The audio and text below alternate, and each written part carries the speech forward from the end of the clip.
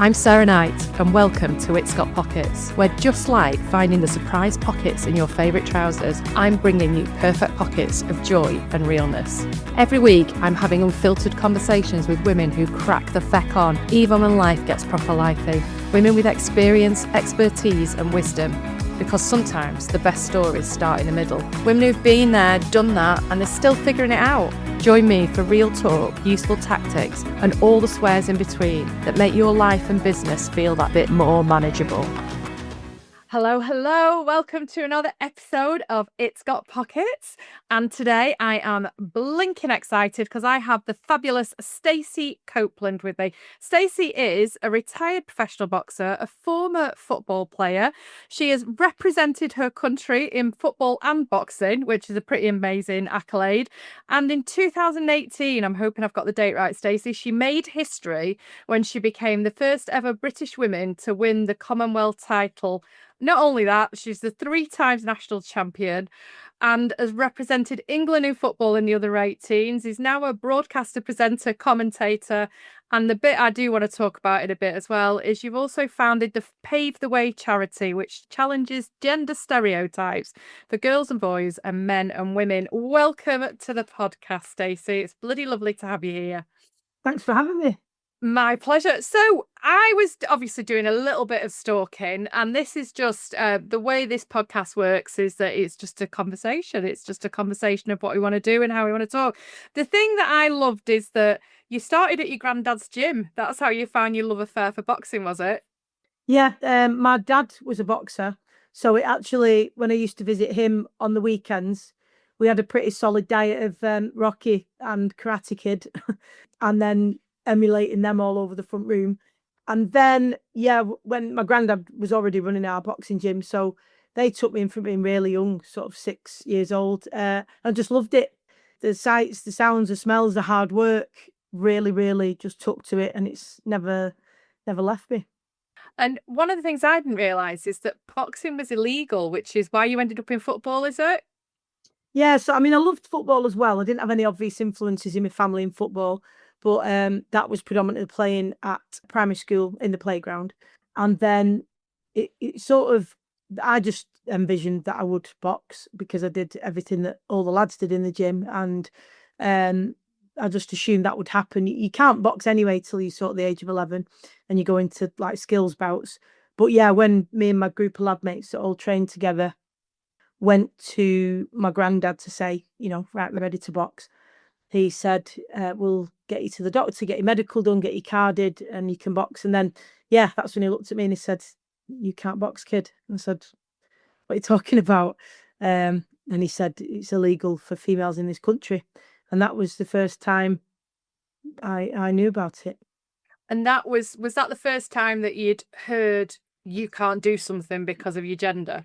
No, that came in football when I was between just about to turn 8. It was not too long before I was 8 years old, and I'd gotten to the primary school football team. And although the ban on women's football had been lifted by then, the FA didn't yet officially recognise girls and women's football.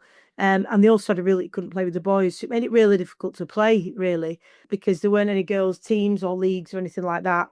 But I did get picked to the team, and I was playing in my first like proper football game for the school team. And then it was partway through the game, actually, that a parent and a coach from the other team shouted across the pitch and said, that obviously I was a girl and I shouldn't be allowed to play and I had to leave the game. So that was the first time I realised it was going to be a big problem for lots of people of any age, actually, male or female, if they face that kind of, whatever word you want to use, rejection, not belonging, being made to feel a certain way for doing something, then it makes them stop doing it. And that's really tragic because, I mean, for me, it's been my whole career and a whole life. For others, it might just be something they really love and enjoy, but still enriches your life. And to not have that is really sad. For me, for whatever reason, I wasn't wired that way, though. And went home, said to my mum, you're going to have to cut my hair short, which she did. A horrific job of it. But anyway, and I was given a boy's name and play football. Problem with that was kids calling me like shim, she-male, but why do you want to be a boy? Stuff like that. I didn't want to be a boy. I just wanted to do the sports that I loved. Yeah. Do you know, so much has changed, thank God. You know, women's football is actually now on TV. My daughter works in women's football. But I remember when she was at secondary school, she's 23 now, so, you know, she's not older than the hills. But when she was at secondary school, one of the things that they used to call her was nutrient because she didn't have enough nutrients to be a girl, because she liked the sport and she liked getting involved. And that's, you know, what, 10 years ago that this was all going on. And there's still that friction, isn't there, about what's allowed and what's not allowed. I mean, do you feel it's changing massively? It's not changing enough, or I think it depends which bit you're talking about. I think, like any social change, it's really difficult to talk about it as a whole. Although a short answer is, as a whole, is it getting better? Yeah, obviously it is. But there's some things that are getting much better than others.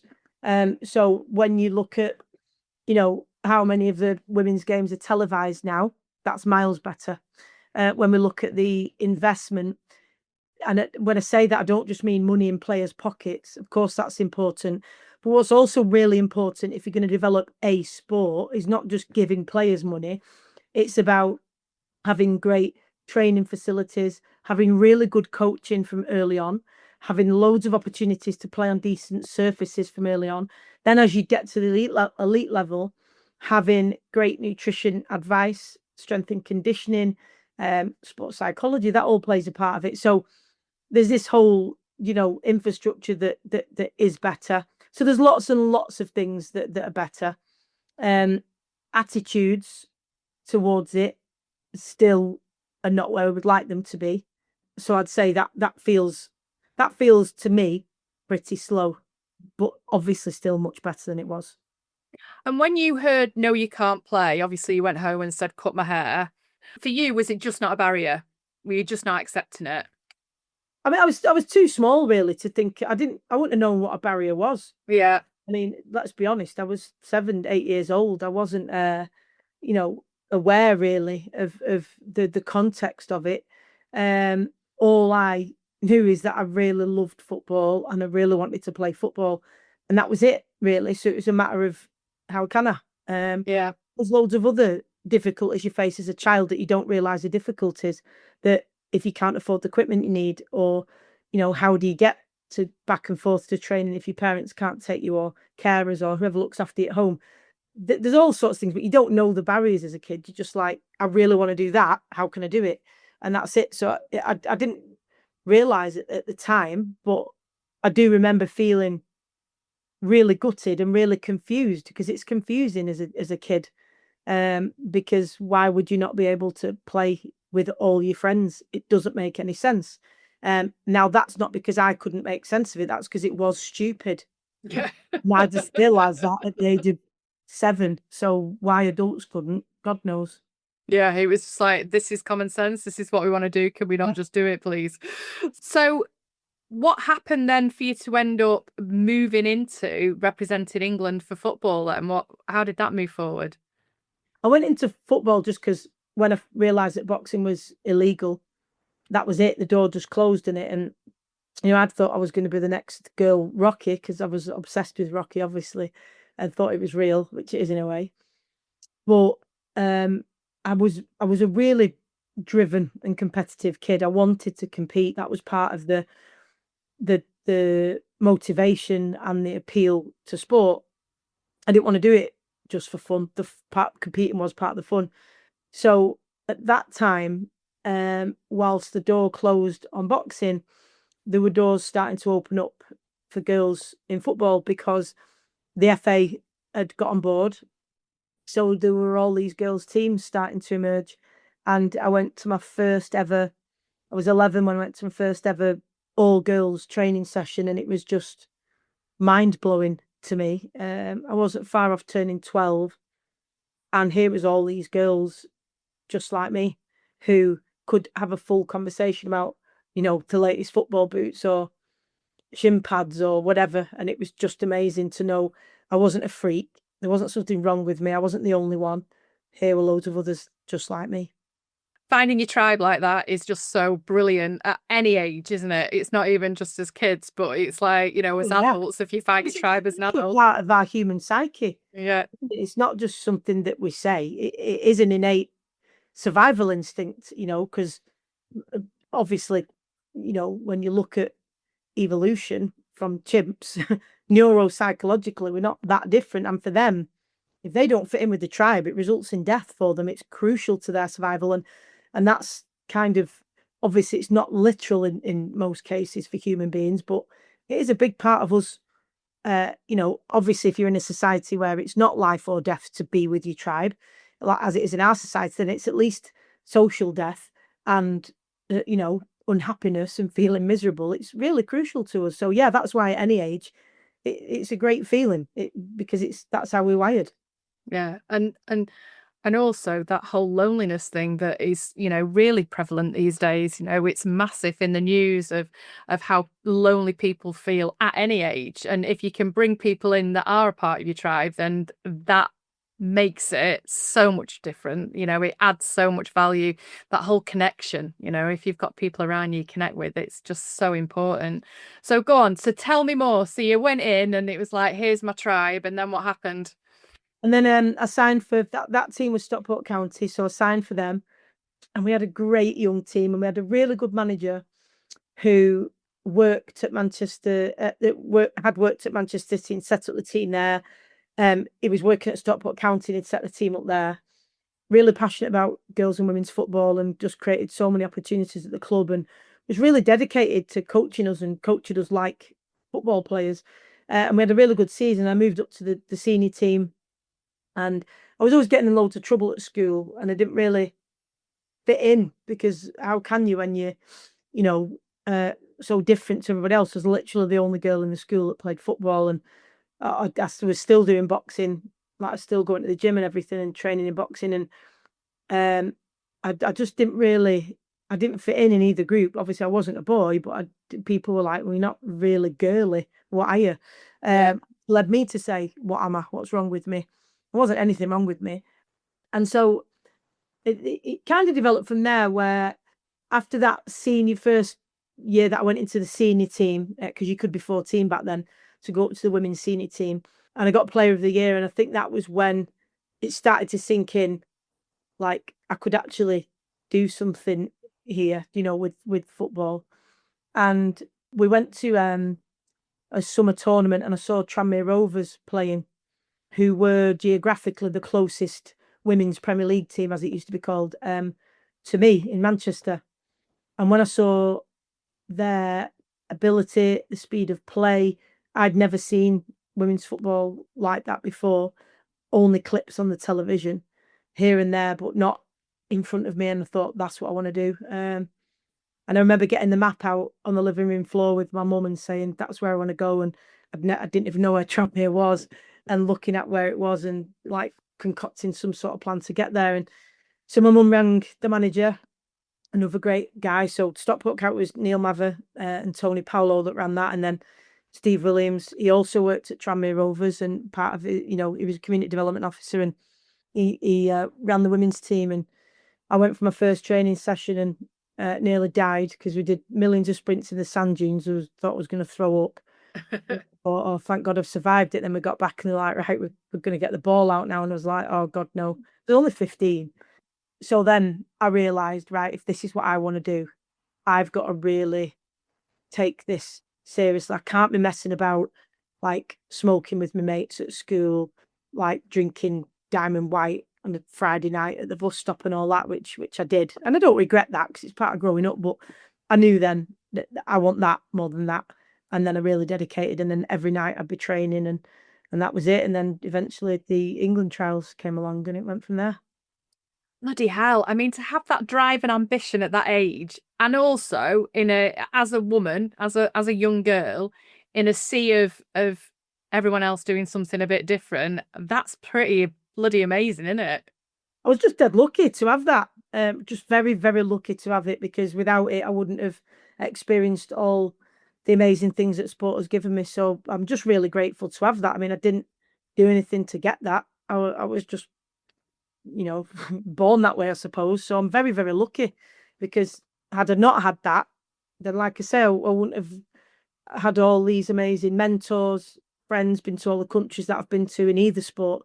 So yeah, I consider myself really lucky. But I also really believe strongly in that saying that to whom much is given, much is expected. And I think the fact that I've been given a great deal, whether that's just the stuff I was born with that allowed me, enabled me to do what I did, or given literally in people giving me opportunities and supporting me.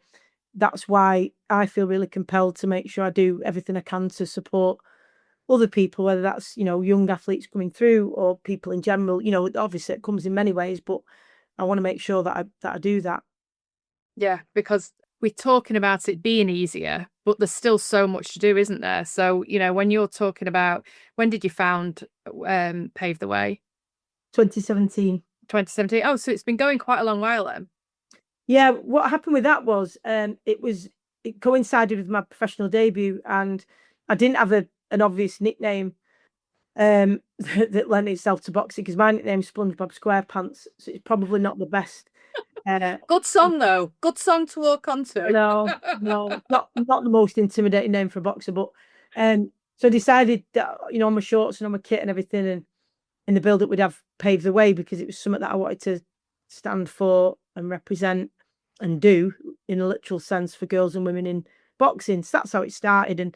And in line with my debut, we did loads of sessions in schools that week and in the community and stuff.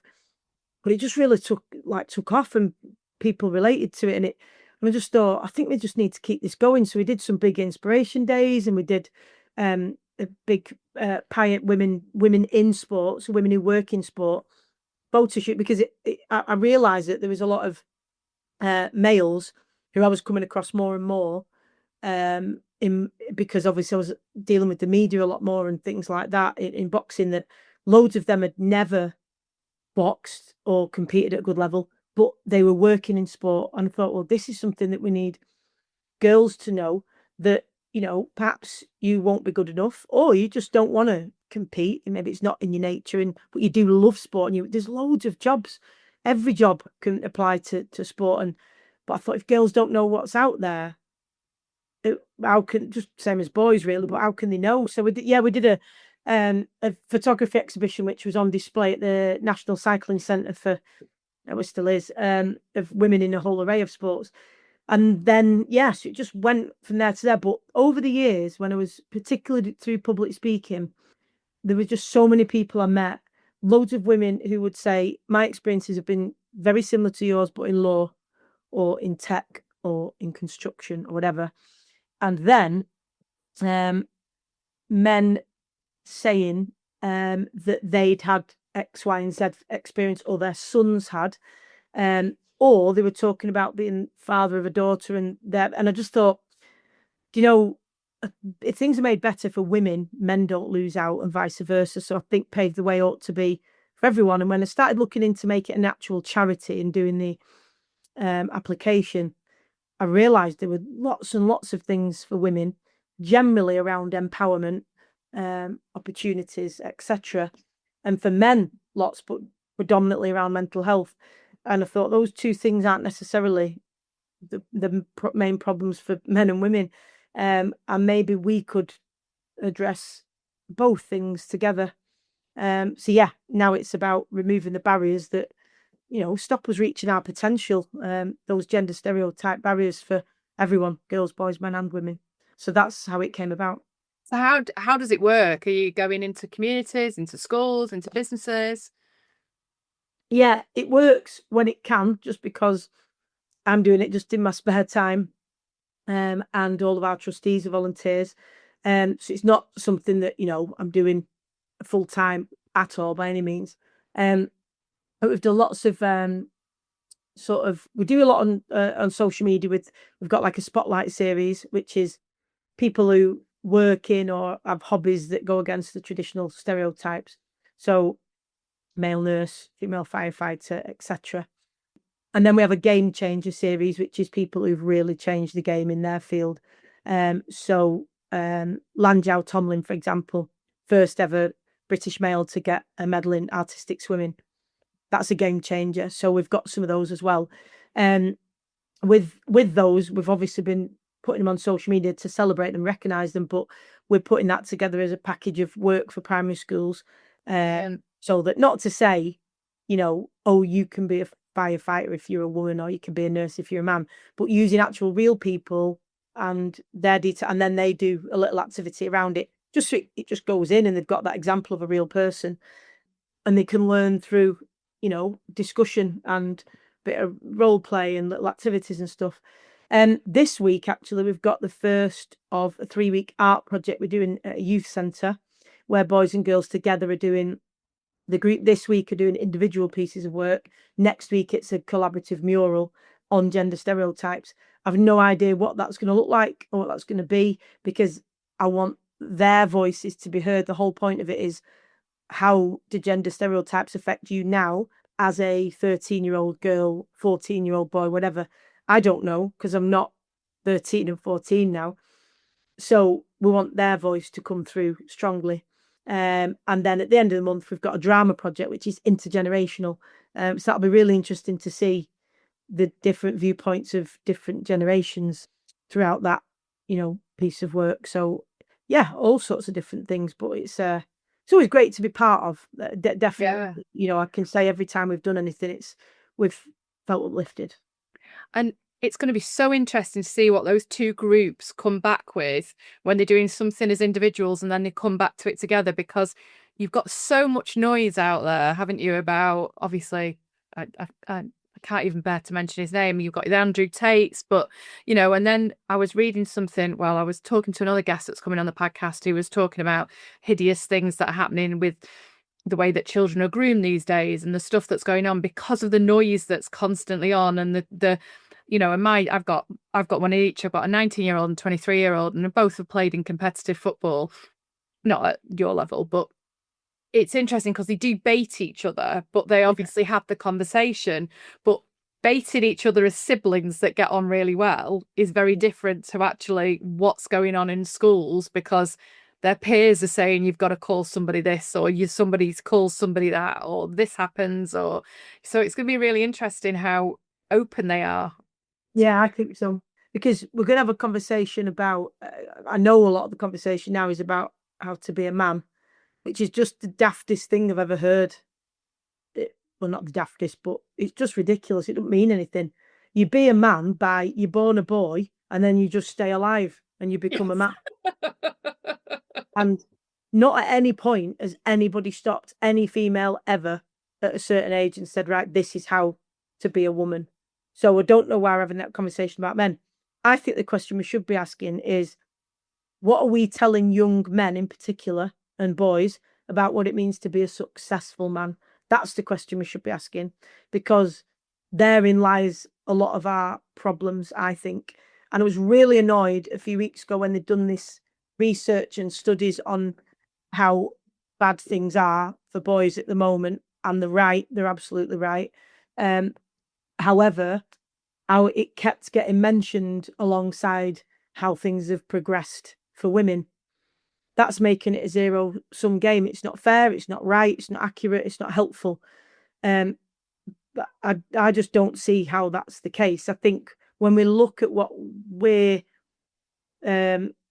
telling young men is success, it's along the lines of having a lot of money makes you somebody, having great things materialistically, like a really fast car, the best designer man bag, the trainers, the coat, the this, that, and the other. We've got children, because they are still children, some as young as 12, 13-year-old, walking around in £1,000 pair of footwear, £1,000 coats. Do we think that's a good thing? I'm not saying yes or no. These are the questions you've got to ask. Sexual conquest, when they get to a certain age, for boys and men, is really part of, being a success. It's not just being a man. This how to be a man needs to stop. You just go from a boy and carry on. Then you become a man. That's it. You get to 18, then you're a man. What makes a successful man, a worthy man, gives a man self-esteem? That's the conversation that we need to be having. What are we as a society teaching our young men makes them worthy. Because a lot of the time, the messages that I see are not, why don't you just try and get a job that is purposeful? Why don't you be a great partner to your wife, girlfriend, boyfriend, husband, whatever your sexual orientation is, be a brilliant parent or a great son, whatever. I don't see much of that. I see far more of this: get abs, get a load of money, get, be all hench. Yeah. That's what I see a lot more of. Here's your protein shake. This is what you need to do. And in one respect, or you be able to fight, or there's all these things that I think that's what we're telling young boys. And then if they can't access that and they can't be that, what then? And the thing that's really challenging about that is because there's parts of it that I love in the fact that there's much more awareness about health than there ever was when I was growing up, and and the benefit of keeping fit and things like that. But it seems to have taken on a vanity rather than the real health benefit, when actually what it does for your mind as well. So that enjoyment of sport, that participation in sport, and what sport is, it doesn't have to be on the football pitch. It doesn't have to be in the ring. It doesn't have to be, it can be a whole host of things, can't it? Well, it's a multi-billion, trillion-dollar, whatever business, isn't it? Yeah. So there's your answer. That, really people can live perfectly well if they eat a reasonable balanced diet, go for a bit of a run or a walk or whatever's right for them a few times a week. We actually don't need, 150-pound trainers on a 10-year-old or a 50-year-old for that matter. We don't need, loads of subscriptions to 50 million apps. We don't need watches that tell us when to breathe and if we've had a good sleep. You just know, because you get up and you go, I'm knackered, or you go, I feel pretty good. That's your gauge. But now we have to have an app or a watch that says that. All this stuff, it's great. Of course, it's got its place, but it's about people making money. That's what it's about. And it's putting pressure on. It's more pressure at an age, especially when we're talking about kids, that, they're really vulnerable to that pressure. So then it's like, oh, not only have you got to manage this hideous education system, you've also got to, you're not in unless you're wearing this, or, and that's always been the case. Do you know what I mean? I do remember that, like that's like absolutely been part and parcel of, growing up. Make them. How many stories do you hear from, like, when I work in local radio? So we hear loads of stories from people who went to dance halls all night long drinking orange juice because that was all they sold. Yeah. Now everything's happy hour. Everybody's blind drunk. But this is what's bizarre, that yes, Willows, where we've got all this protein, then everybody goes out taking all sorts of drugs and drinking all sorts of things all weekend. Like, it's just bizarre. And I know that this generation, the younger generation, drink far less than before, but other things are replacing it that people didn't do years ago. And they go to dance halls with clothes they'd made. Yeah. Parents had made, and that was all right. Now that wouldn't be okay. In some circles, it's coming back in if you're a bit bohemian and whatever, and you're part of that group. But you don't get to do that at school, do you? Because it's all uniform and everyone's got to look the same. And so, yeah, I just find it's bizarre, some of it, isn't it? But it is about making money. We live when you travel, and I travel a lot through work, also just through love of travel, and I always have done through when I was competing. You see that it's not like that everywhere. There's loads and loads of places I've been to where there isn't the same, let's say 10. You can probably name 10 shops that every single town you go in, they're there on a retail park or in a little shopping mall. And the tiny towns, then I'm not talking about the Trafford Centre or, I'm talking about little towns all over our country. That's what it is. And people just buying loads and loads and loads of things. And it just doesn't happen everywhere. That's the society we're living in. It's hard for people to keep up with. But that's how we've been taught to feel good, and men and women, boys and girls. You feel good. Treat is you buy something, and I think that's the bit that's quite hard to deal with, because even when I was growing up, it was like the treat was right. Okay, you're gonna walk to the shop and get your sweets or whatever. You know, your treat is. Or I'm like, as a woman, it's like, oh, I'm gonna treat myself. I buy myself something new to make myself feel nice. Well, actually, that's bollocks. It's not gonna make yourself feel nice because the only thing that's gonna make you feel nice is you and how you act and how you behave and how you show up. But it, as a society, that's what we're being fed. You know, that instant gratification constantly. Yeah, I think a lot of it is rooted in that. There's, you'll always get elements of sexism, racism, etc. That's, that's just who somebody is. But then I think there is a bigger systemic thing that you can use those things to your advantage if your main aim is to make money. Yeah. You can do. That's what we do all the time. We dehumanize people to justify paying them, loads less, and then we'll say, well, they don't get paid. Their standard of living's a lot lower in that country, so therefore we can pay. Well, if we paid them better, then the standard of living would come up, wouldn't it? But no, we just want to make profit. You see loads and loads of examples of it. That's one example. Another example is, if you make people feel awful or inadequate, they're going to buy you stuff. There's a method in making people feel not great in making money. So actually, there is quite a lot of it when it comes to, the way that marketing works. Those marketing people are very, very smart, and they understand the psychology of people. And like now we've got these skincare shops opening a special skincare range for young girls. They don't need it. Like their skin is absolutely fine. It's developing. It's exactly as it should be. It should be exposed to rain and mud and sweat and food and everything else, to get all the bacteria that they need, to get all that stuff that you need as a kid, not a lotion and a cleanse. Oh, it absolutely scares me silly, it's like, seen a market for it, haven't they? They've seen a market. Who's going out and buying the kids that? Because the kids can't buy it. It's obviously the parents buying it for them. It also depends how you market stuff, doesn't it? You can market a yogurt as low fat, knowing full well that's packed with sugar.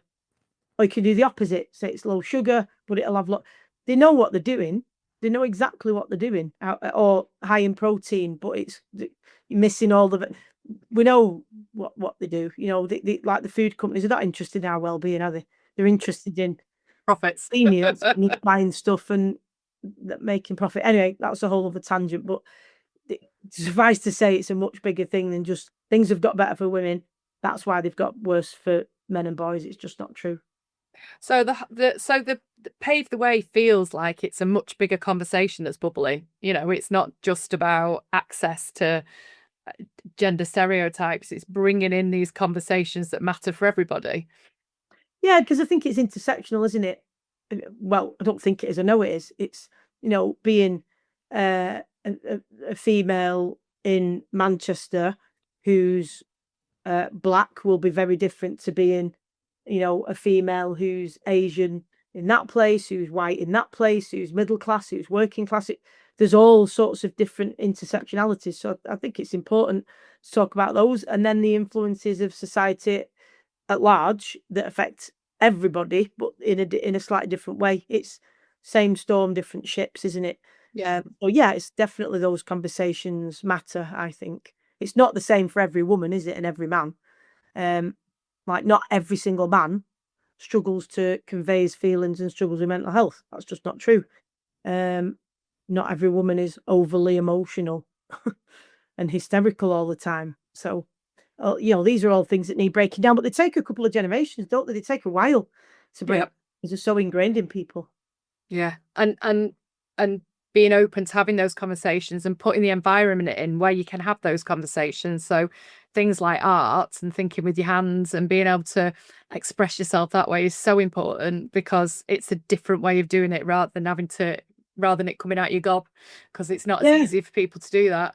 No, and we haven't done a specific art project before. We've done it, incorporated it into like our inspiration days or our other activities or whatever, but we've never done just an art project or just a drama one. So it's new. It's something new for us this month, which is always exciting, isn't it, to get into something that you don't know about and learn from the facilitators. We've commissioned a proper mural artist to run that session, and a local grassroots theatre company to, because we want people who can give the people involved the very best experience, and we can learn from that as well. So yeah, I'm excited about those. And where's that? Where's it going on? One's at Partington Youth Centre, and the other will be in Tameside, the drama one. Oh, I love it. Brilliant. Oh, you'll have to let us know how that gets on. So I'd love to know what the conversations are. Yeah, I'm looking forward to it. So when you're looking at your sort of career as a sportswoman and how you've moved through, pressure must have been a part of it. How do you react to pressure, or what have you ever felt that there's been barriers, or have you just gone, do you know what? I'm stuffed the fucking barriers. I'm cracking on and I'm ignoring it. How's it affected you? I think it depends, because some of the difficulties that you face as an athlete be the same as anybody. Injury will come inevitably, and losing will be a part of it, and they're always going to be really tough to deal with. The higher the stakes are, the worse it is. If you're 6 months out from a big competition and you get a bit of a hamstring pull, it's not the end of the world. It's not great, but if you get it a week before, it's devastating. It ruins your whole life. Same with losing. If it's, something where you're just building up to a world championships, let's say, then it's still, disappointing, but you can go, right, what can I take from what? If that happens at a world championship, again, it's the end of the world. You're not interested in learning and getting better at that point. You want to get to the medal stages. So those will always be difficulties for athletes. How do you cope with it? What's your your sort of... You go along. I think it's not, I wouldn't say there's one thing that it helps in every scenario. I think you learn how to deal with each situation, or you don't and you get it wrong, and then you look back and say, bloody hell, I didn't deal with that in the right way. And that's not obviously the huge benefit to experience, because once you've been through it and you recognize, then that's what I did mentally, I did that and I ought to have done that, then you'll know for next time. The key is knowing how to implement it. Then that's the real trick, because I think you can recognize what you haven't done, what you haven't got right, whether that's tactically, technically, or, like I say, mentally. But knowing how to do it differently or do it better and make those adjustments next time, that's a different skill. And sometimes you don't always have the answers to that, and that's where you need a really good coach stroke either sports psychologist, or you read up on it, read sports psychology books and educate yourself so that you can make sure that that's not a vulnerability, a gap, or whatever you want to call it next time. And you mentioned three things there. You said tactically, mentally, and there was another one, physically. What was those? Sorry. Technically, tactically, and mentally. Out of those three, which one do you find the most difficult?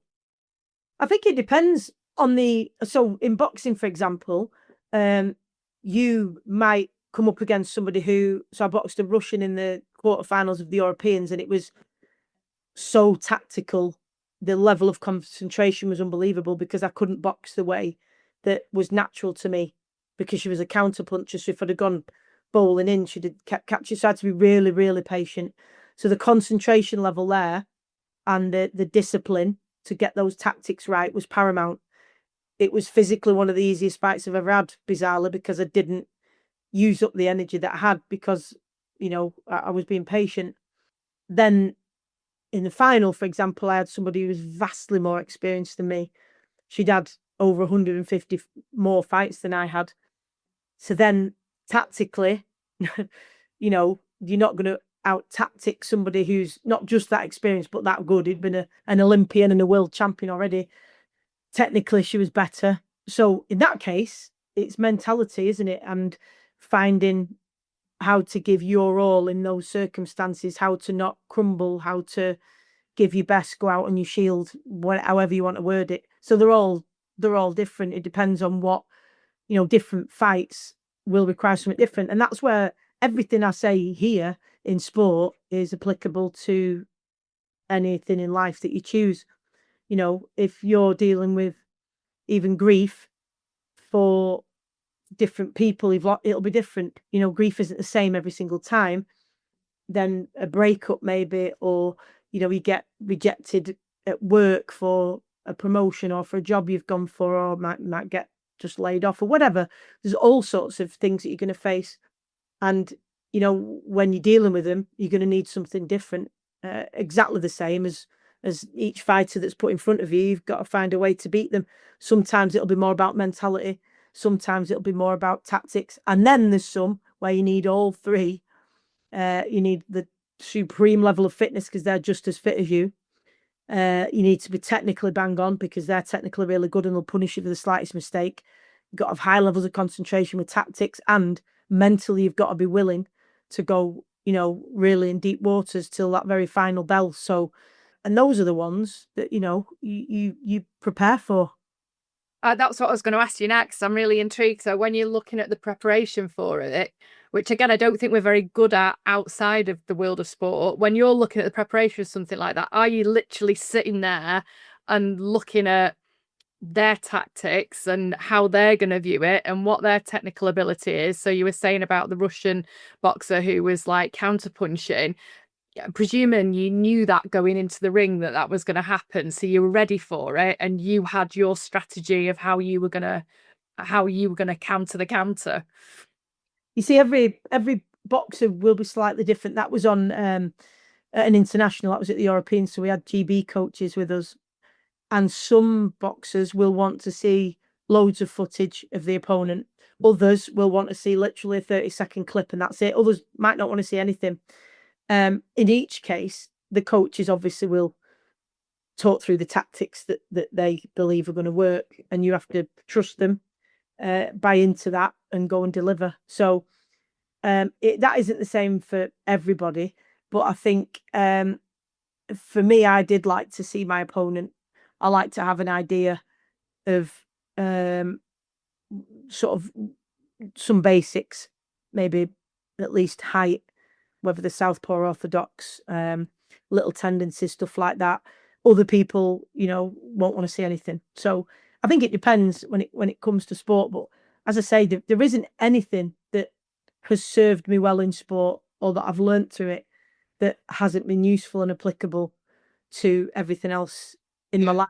And I'm probably realising that even more now that I've retired, because I have to look back on it more, because even though I was doing other things alongside boxing or football when I was competing, that was my whole focus. It just consumed me. And it was happening right now. Like I'd only, at any one time, my last fight would have been a few weeks ago. Now it's years ago. So I think now I probably realise even more. And now I'm in more different, plenty of different environments. I realise more things like getting feedback that, I welcome it. That's because I'm used to being coached.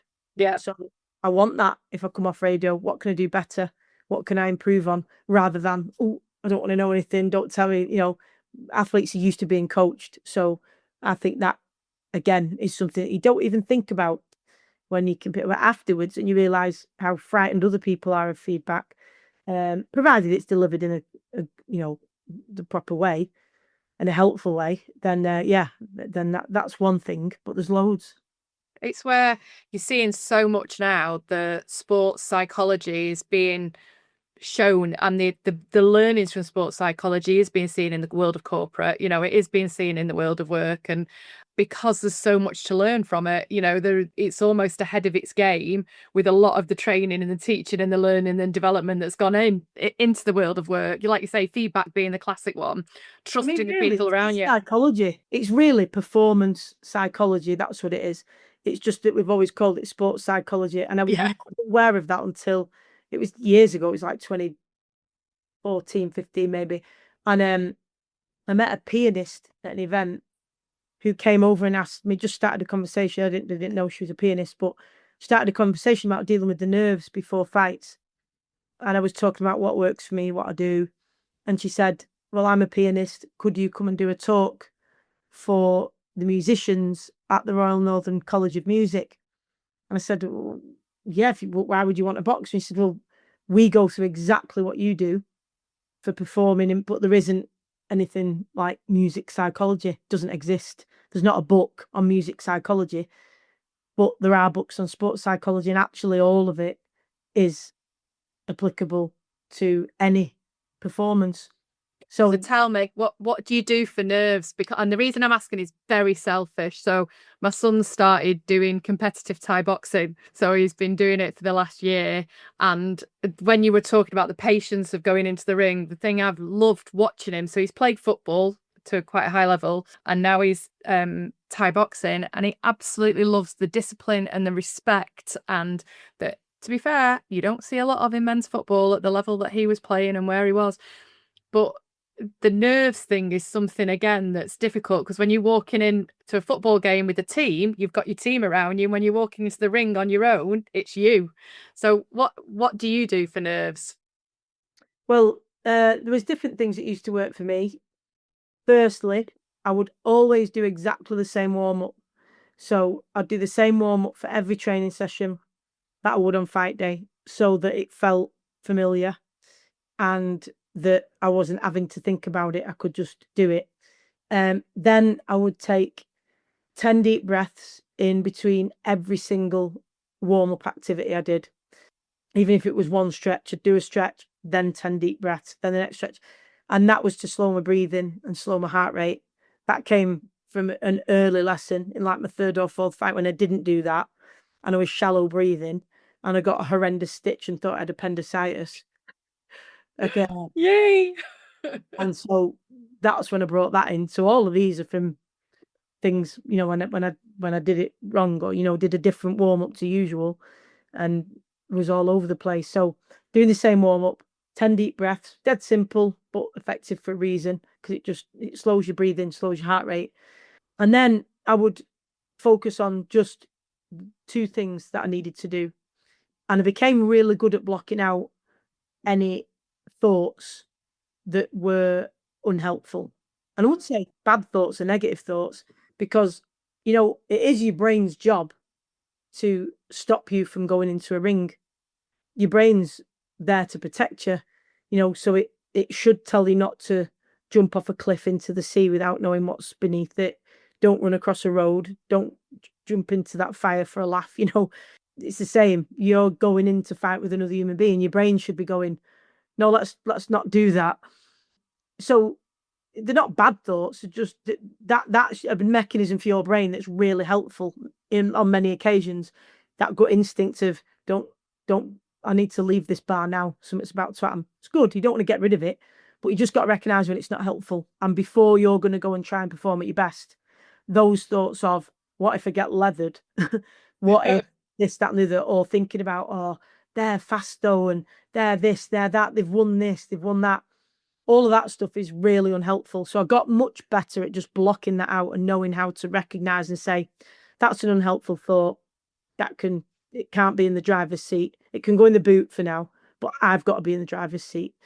And then, so I got good at blocking those out. Again, that came from learning experience. And then if you're going to block those things out, what do you replace them with?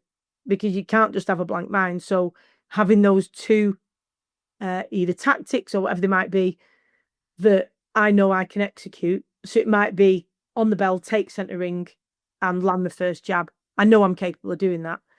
And so I'll just focus on that. It could be something that simple. So that's what I'd do. So always do the same warm up, deep breathing in between. I would recognize the unhelpful thoughts and put them in the boot, make sure that I'm in the driving seat, and then divert those thoughts, my mind, straight away to, right, now the unhelpful stuff's gone, what have I got to do? Take centre ring, get that first jab in. On the odd occasion that didn't work, or it wasn't working well enough, and the overriding pressure and nerves were enormous, like with the Commonwealth title, because I knew I could become the first British woman to do it. I also knew, it was being live streamed back home. The promoters put faith in you, dragged your bloody coach out there. They've had to have loads of injections before they go, and it's a big commitment from him. You don't want to let anyone down, and you want to make all of that you've put in, and that's pressure. You want to make it worth it. And there's loads of people watching. Like I worked in a secondary school then, loads of them were watching, all the kids, and you want to be someone that can inspire them. And part of the great thing about sport are those moments when you do win. There isn't anything like it. And for that to bring joy to other people is a wonderful thing. So you've got all that, and you're thinking, I might never ever get this chance again. I've waited all my life for this, da da da da. That can override everything else. Sometimes it's not enough to then go, just jab, get to the centre ring, you're going, whoa, bigger. Then that's when I draw on my why. That's when that really kicks in. And it did on that night, because my why was to challenge myself and take on the biggest challenges I could, which I was doing. So I was right where I needed to be. It's what I'd asked for, I reminded myself. Number two, I wanted to be able to, imagination-wise, I was thinking, you're here now thinking, oh, I'm a bit nervous here and this is a bit much. What would that 11-year-old kid say who was devastated when she was told she wouldn't even be able to box? What would she have given to do this that you're doing now? So shut up, stop being daft and crack on with it, because she'd have given anything to be here. You are here and you're pissing and moaning about being nervous. That's ridiculous. And then the third thing was that I wanted to inspire people, and to do that, you've got to stand up, and that means even if you lose, that you've given absolutely everything and you've turned up, and other people know they can do that if you do it. So those I kept running over and over and over in my mind. And plus the changing room, bizarrely, was called the Ruby Room, which was mad because we're in Zimbabwe. And my eldest niece is called Ruby, who was dead tiny. Oh. And she was only 8 at the time. So I was thinking, I'm doing this, I've got to do this for Ruby because this changing room's named after her. So little things like that can sometimes make a difference. But those first three, but then if I really need to lean on it, my why, and that's still the case now. And that knowing your why, and for you, it goes back to that why isn't just about you, it's about serving others as well, isn't it? It's how you were inspiring others, how you're helping others. And my God, that's bloody amazing. And that works for everything. It's not just about sport, is it? It's about understanding how you're going to adapt, change, flex, but also what you're going to hold yourself accountable for as well. I think that's the biggest thing that's helped me in retirement, to be honest, because retirement was awful for me. It was like a death. It was terrible. And I think the big things that helped me was when I sat down one day and I thought, I can't carry on like this. Like, I need to get me back. I need to get back, and I need to be enjoying my life again. I love life. I don't want to exist like this, feeling like this, just a big emptiness all the time, because I'm still here. I've not got sport in the same way, but I'm still here. And I think the big things I could draw on was responsibility. Has always been key for me, to take responsibility. So making weight, it's your responsibility. Showing up and being your best on the day is your responsibility. I didn't want to come out of anything and say, well, I didn't have any confidence. No, that's your responsibility. Oh, I had imposter syndrome. Da, da, da. And I know people get it. I'm not knocking it at all. We all have to go through that to realise it. But once you do, then you have to go, right, that's now my responsibility to make sure that's not a barrier again. You just don't go, well, I get nervous. Right, well, what are you going to do then? Is that just going to be your mantra forever, that you get nervous and it cocks everything up and you never be as good as you can?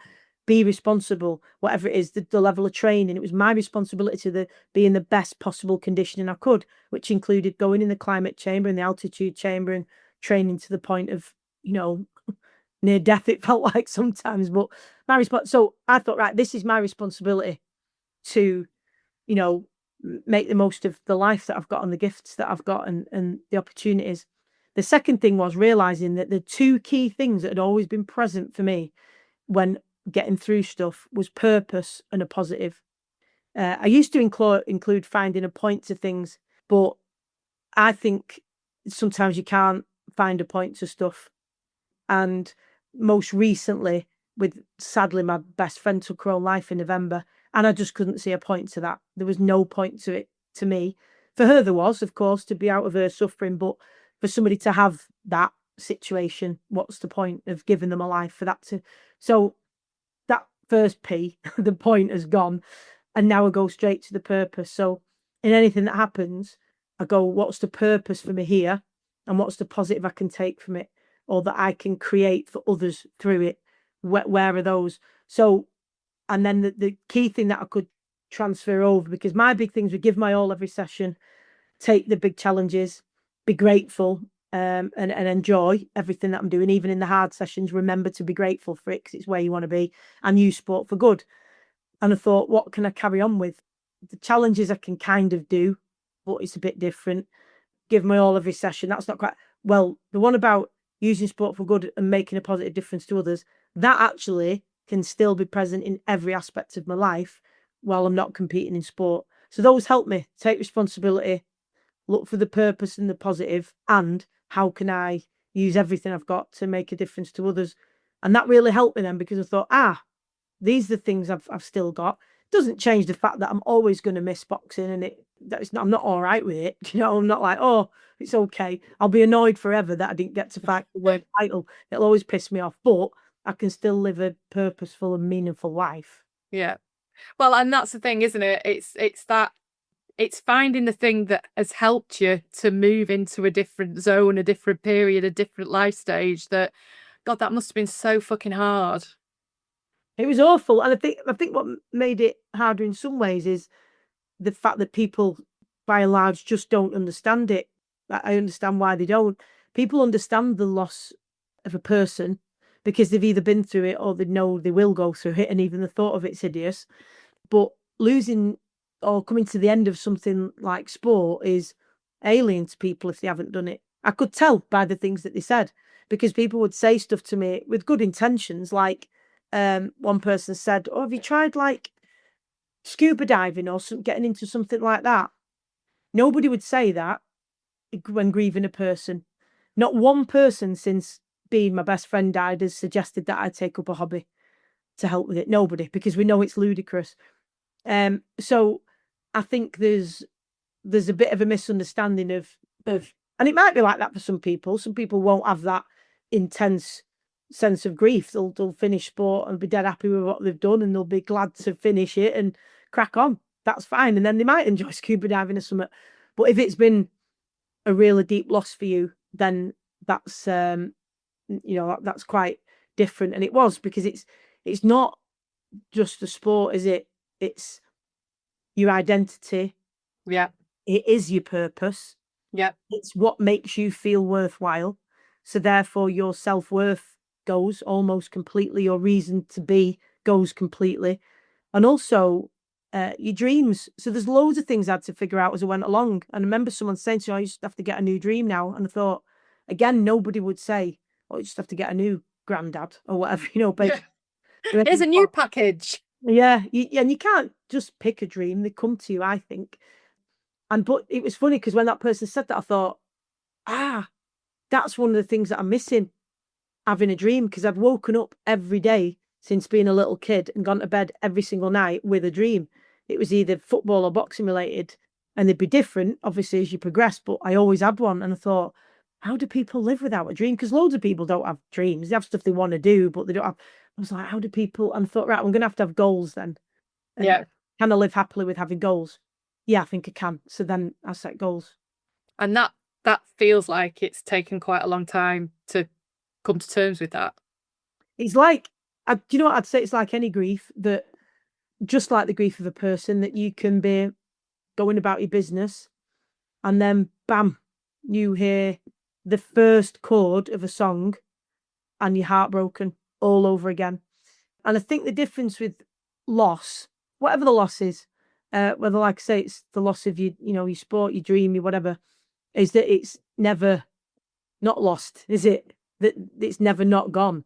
So it's different to other things, like even if it's been heartbreak or something, when you've had a breakup, when you look back on it, it isn't that same ache and pain, because you've loved other people since and you've moved on and stuff, and you look back, you go, bloody hell, it was awful that, but you don't still feel it because that person doesn't have that same role in your life or whatever. But things like loss, I think, for me anyway, are different because it's always still lost, isn't it? So it's all the same sort of pain, weirdly. So it's just like that you can be all right, cracking on, and then bam, it gets you out of nowhere, doesn't it? And you're like, Christ, and it's like a big wave. You have to just, get through the wave, gather yourself again, and push on. It's the same, and then you can be all right for ages. It's the same.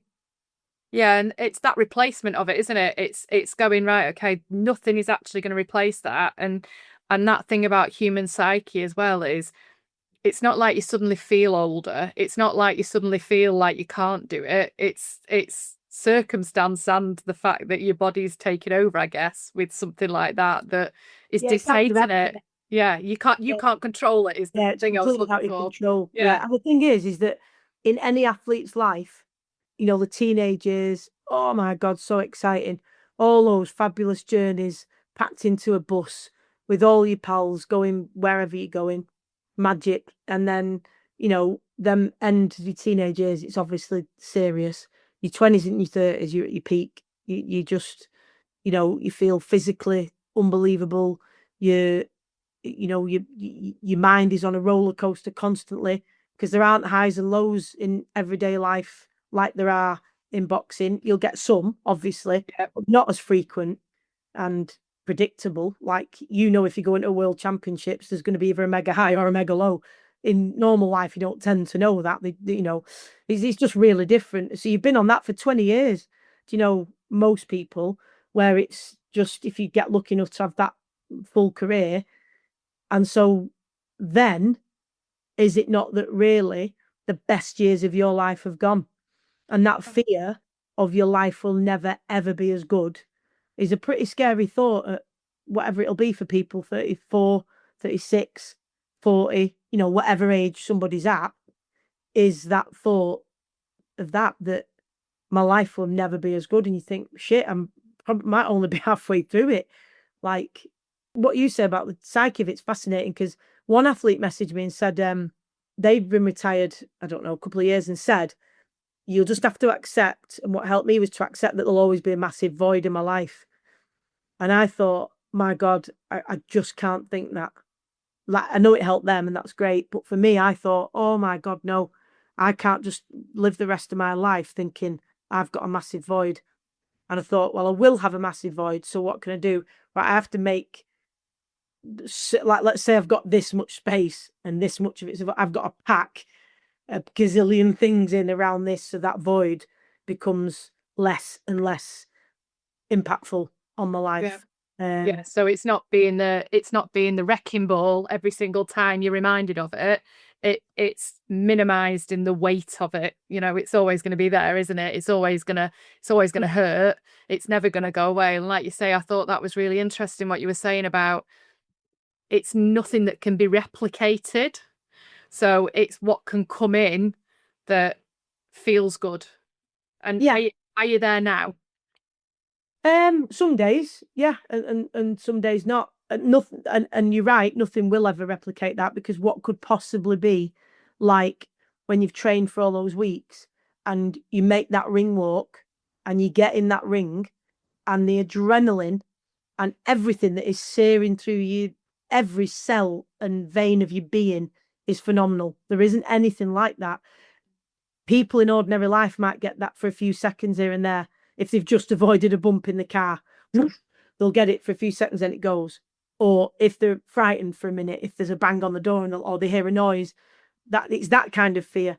It wells up in you and builds and ebbs and flows. But before that bell, you're zoned in, you're locked in, your adrenaline's flooding through. It's not fair by that point. You're ready, and you touch gloves, go back to your corner, and then everybody gets out, and it's just the ref and just your opponent, and you're like, ching, and the bell goes. What's going to be like that in your life? There isn't anything that can replace that. So you've just got to, be glad that you've got to know that and feel it, just like with a person. You've got to be glad that you knew them and that were part of your life, and then find a way to go forward without it and make sure that things are still meaningful and purposeful and that you're not walking around like a shell, that you're still a full person. So yeah, that's the best way I can sort of not very well describe it, I suppose. No, Stacey, I think you've described it bloody amazingly, and it's really resonated hearing that description because I hadn't quite considered it like that, to be honest. Because I've not been in that world, but you're absolutely right. It's then how do you work with it, and what's your purpose, and that leads me on, because I'm going to have to, I'm thinking of time and I've taken up loads of your time and I could bloody well listen to you for ages. But it leads me on to my last question, which I ask all my guests, is it's a 6-word memoir, which comes from the shortest story ever told. And it's either an affirmation, it's a mantra, it's what you want to achieve, or it's your purpose. What's your 6-word mantra, Stacey? I want to make a difference. I bloody love it. And you are. You've made a difference right now. And I think that everything that you've talked about today, whether it's from the conversations that we have, whether it's from the stuff that you're doing with Pave the Way, whether it's about, even I know people listening to this are going to take something from it about finding out what your purpose is and actually taking responsibility. I love that bit, like taking fucking responsibility for, if you are nervous, what are you going to do about it? If you are feeling that, what are you going to do about it? And you used one of my favourite phrases in the world, which is one of my mantras, crack on. Yeah. And can I just add, when people talk about resilience, because they ask sports people about this all the time, I don't believe in building resilience. We are resilient.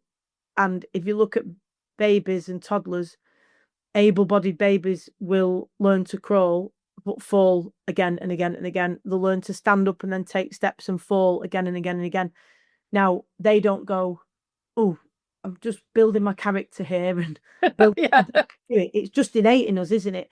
And like words, they'll keep trying to say them and keep trying to say them. They'll keep trying to click the fingers. They'll keep trying to clap. That's how we come out. That's who we are. Then what happens is things takes our resilience away. Things like ego and worrying about judgment of others, things like comparing ourselves to other people, wondering if we're good enough. All of these, there's a gazillion and they affect different people differently. I think that's what actually affects our resilience, the stuff that takes it away. We are, you are, whoever's listening to this, already resilient. And that's part of that responsibility, is understanding you are resilient. You just have to more than likely find out the things that are in the way of your full resilience, rather than finding resiliency. Resilience is there. There's shit that gets in the way that other people have put upon you and projected onto you. That's usually what needs knocking down, rather than you building up, I think. And that's the shit we need to knock down, because as humans, we've got it, we nailed it, we're bloody brilliant.